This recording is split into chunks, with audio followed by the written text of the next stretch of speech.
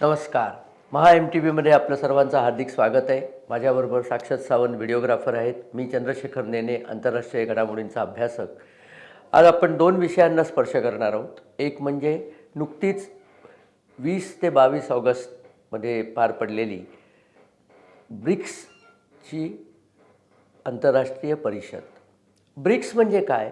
तर Brazil, Russia, India, China आणि south Africa या देशांचा एक संघ, एक महासंघ तयार केलेला आहे. आणि तो महासंघ तयार करून बरीच वर्ष झाले. 2009 साली सुरुवात झाली त्याची.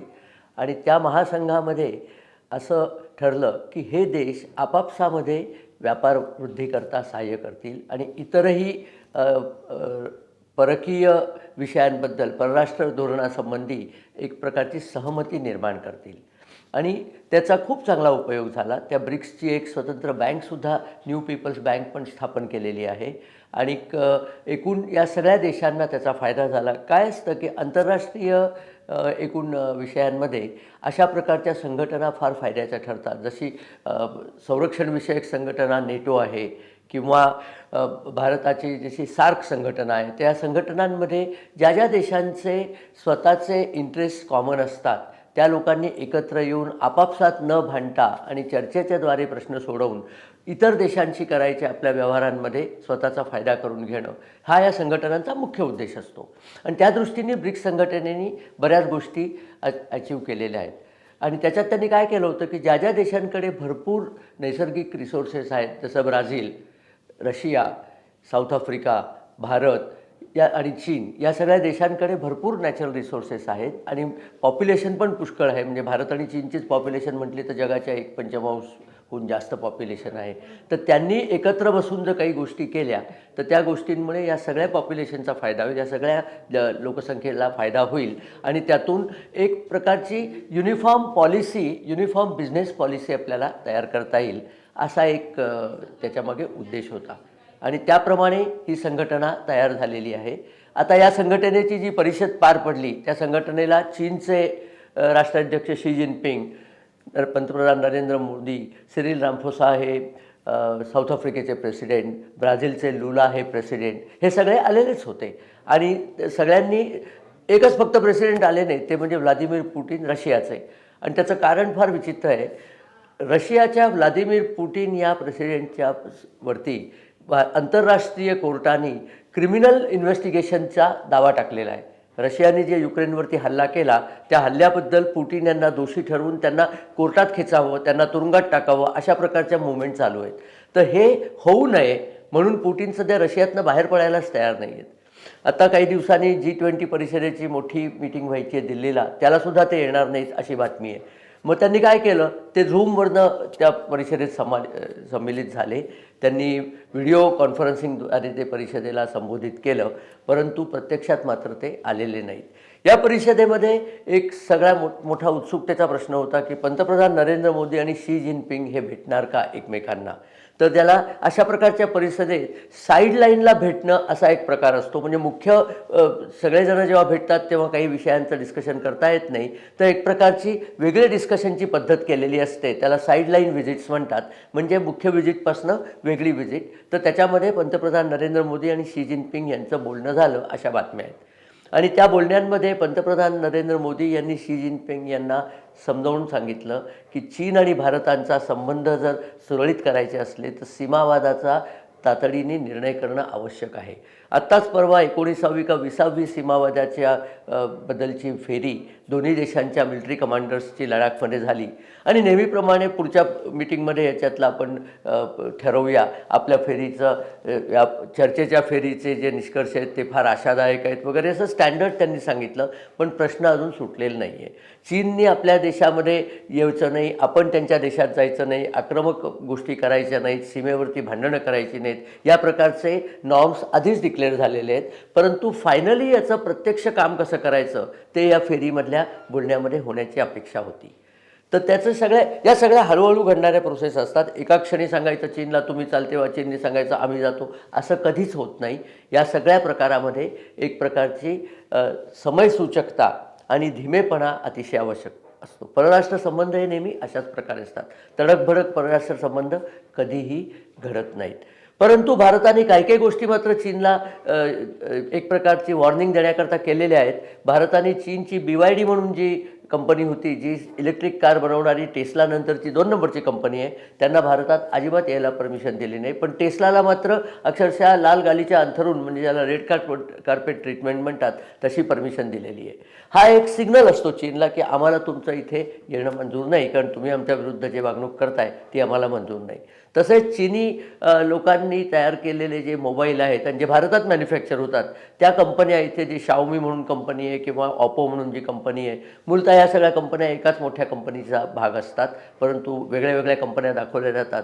त्यांच्यावरती आपल्या ईडी नाही, आपल्या इन्कम टॅक्सच्या लोकांच्या धाडी घातल्या गेल्या आहेत, कारण त्यांनी पुष्कळसा कर चोरी केला आहे, अशी एकूण फर्स्ट इन्फॉर्मेशन आहे. तर त्या धाडी घालून त्यांच्याकडनं ते पैसे जप्त करणं वगैरे हा प्रकारसुद्धा केलेला आहे. हा पण एक सिग्नल आहे चीनला की तुम्ही वाटेल तसं सीमेवर वागायचं आणि भारताशी व्यवसाय मात्र चालू ठेवायचा, हे व्हायचं नाही. याच्यामागे एक महत्त्वाचं कारण लक्षात घ्या.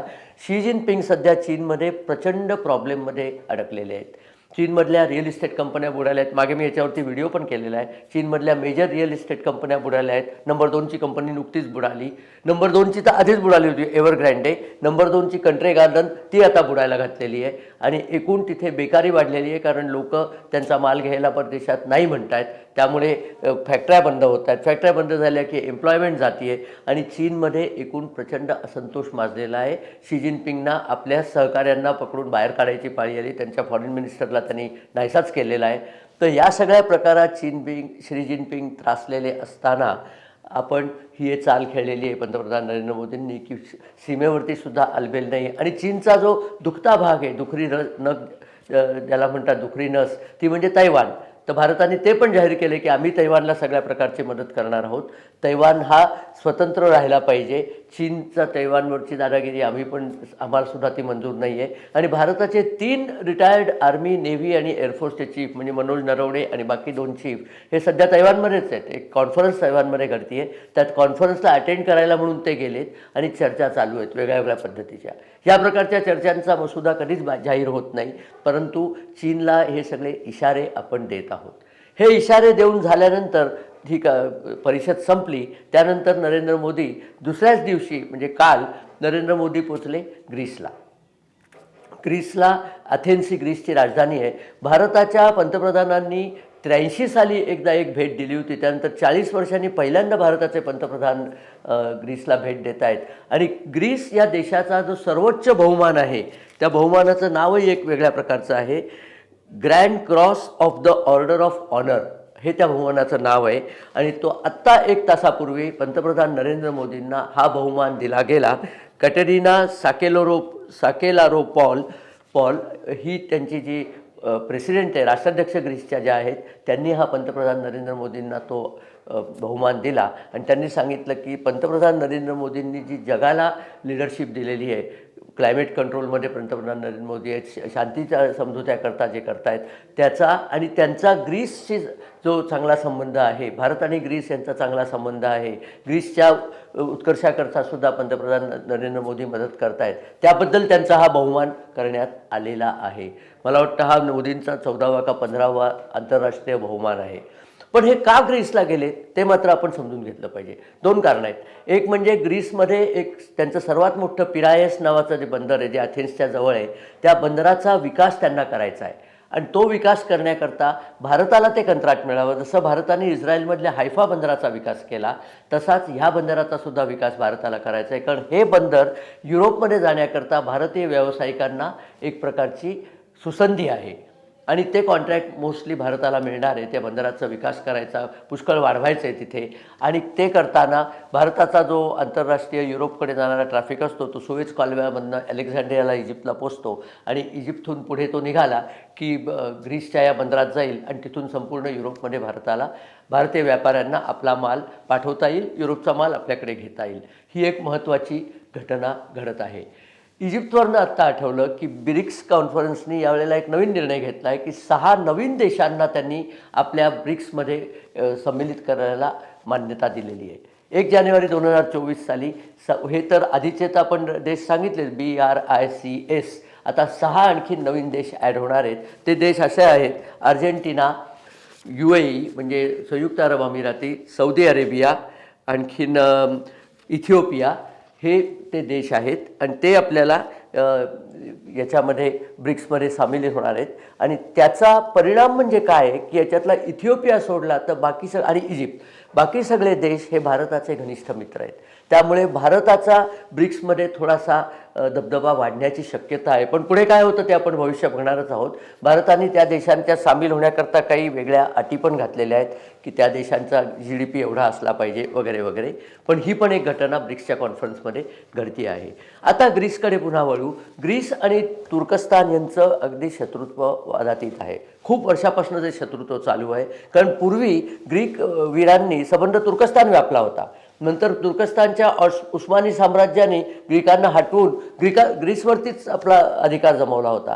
पुढे ग्रीस स्वतंत्र झाला. ग्रीस आणि तुर्कस्तानच्या मध्ये ते सायप्रस बेट आहे, त्या बेटाला 1960 साली स्वतंत्रता मिळाली. पण तुर्कस्तानने तिथेही सैन्य घातलं आणि सध्या उत्तर सायप्रस, जो 1/3 सायप्रसचा भाग आहे, तो तुर्कस्तानच्या ताब्यात आहे. दक्षिण सायप्रस हा सायप्रसचे जे ग्रीक नागरिक आहेत त्यांच्या ताब्यात आहे आणि तिथे कायम चकमकी, भांडणी चालू असतात. त्या दोघांच्यामध्ये ग्रीन लाईन नावाची सीमा आहे. आणि लक्षात ठेवा, दक्षिण सायप्रसलाच फक्त मान्यता आहे, उत्तर सायप्रसला फक्त तुर्कस्ताननी मान्यता दिली आहे. त्यामुळे यांची भांडणं चालू असतात. गेल्याच वर्षी भारताने नेव्हीच्या काही जहाजं पाठवली होती आणि ग्रीक नेव्हीबरोबर आपण तिथे संयुक्त एक्सरसाइजेस केले होते. तर त्याचा पुढचा भाग म्हणून यावर्षीसुद्धा भारत ग्रीसला भरपूर सामरिक मदत करणार आहे. आणि हे कशा करता, हे तुर्कस्तानला इशारा देण्याकरता. कारण तुर्कस्तान कारण नसताना काश्मीरमध्ये आपलं नाक खुपसतो आणि काश्मीर विषयामध्ये पाकिस्तानची तळी उचलतो. त्याला धडा शिकवण्याकरता भारताने हा पवित्रा घेतलेला आहे. तुर्कस्तानच्या उत्तरेला जो आर्मेनिया देश आहे त्यालासुद्धा भारत मदत करतो आहे, सैनिकी मदत करतो आहे. ग्रीसला सैनिकी मदत करणार आहे. ग्रीसला पैशाचीसुद्धा भारत मदत करणार आहे. हे कॉन्ट्रॅक्ट्स वगैरे आपण घेणार आहे. आंतरराष्ट्रीय राजकारणाच्या पटावरती भारत आता किती वेगळ्या वेगळ्या प्रकारच्या भूमिका घेतो आहे ते आपल्याला कळावं म्हणून हा प्रपंच. यावरती मी पुन्हा आणखीन एक मोठा व्हिडिओ करणार आहे की युरोपमधलं जिओपॉलिटिक्स भारत कशा प्रकारे हँडल करतो आहे. भारत, रशिया आणि आर्मेनिया हा एक संयुक्त गट तयार झालेला आहे. ग्रीस भारताच्या बरोबर आहे. ग्रीस नाटोचा मेंबर आहे. तुर्कस्तानला वेगळं पाडायला, एकटं पाडण्याकरता या चाली आहेत.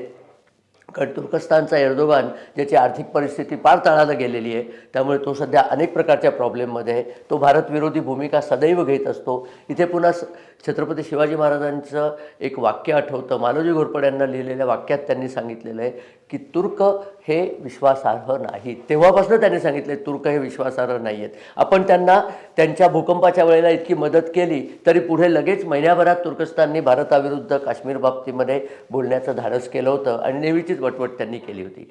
तर हे सुद्धा आपण लक्षात ठेवलं पाहिजे आंतरराष्ट्रीय राजकारणामध्ये की कोण विश्वासार्ह आहे, कोण विश्वासार्ह नाही. या आणि अशा अनेक गोष्टींवरती आपण चर्चा करणारच आहोत. इथे मला थोडंसं आपण जे कमेंट्स पाठवता त्याच्याबद्दल सांगायचं आहे. निकिता बालजेकर यांनी कमेंटमध्ये विचारलं आहे की इकॉनॉमिक्स वेगळ्या वेगळ्या देशांचं, सिंगापूर, दुबई याच्याबद्दल माहिती द्यावी. हिस्ट्री, कल्चर आणि इकॉनॉमिक इव्हॉल्युशन जपान आणि चायना याच्याबद्दल माहिती द्यावी. Technological and industrial revolution of our neighbours, ते तर आपण सांगणारच आहोत. तर या सगळ्या विषयांवरती आपण येत्या काही दिवसामध्ये व्हिडिओज करणारच आहोत. चांद्रयानाबद्दल बऱ्याच लोकांनी सांगितलं की फार चांगली आपण माहिती दिली, पण भारताच्या अवकाश मोहिमा भविष्यातल्या ज्या आहेत त्याच्याबद्दल सविस्तर माहिती द्यावी असं सुधीर फडके नाशिकला आहेत त्यांनी सांगितलेलं आहे. आणि काही कोणीतरी सांगितलेलं आहे की आम्ही जे चांद्रयान व्हिडिओमध्ये सांगितलं होतं की चांद्रयानाबरोबर जे पेलोड 6 गेलेली आहेत त्याच्याबद्दल स्वतंत्र व्हिडिओ करू. लवकरच आम्ही तो पण व्हिडिओ करणार आहोत. त्यामुळे तऱ्हेतऱ्हेच्या सामाजिक, आर्थिक, जागतिक, भौगोलिक या सगळ्या विषयांवर आपण व्हिडिओ करतच राहणार आहोत. आपल्या कमेंट्स अशाच आम्हाला मिळाल्या की आम्हाला नवीन व्हिडिओ करायला हुरूप मिळतो. हा व्हिडिओ जर आपल्याला आवडला तर आपण मित्रपरिवाराबरोबर शेअर करा, आमच्या चॅनलला सबस्क्राईब करा आणि बेल आयकॉन दाबलं नसलं तर जरूर दाबा. आपण हा व्हिडिओ बघितलात त्याबद्दल आपले मनपूर्वक धन्यवाद.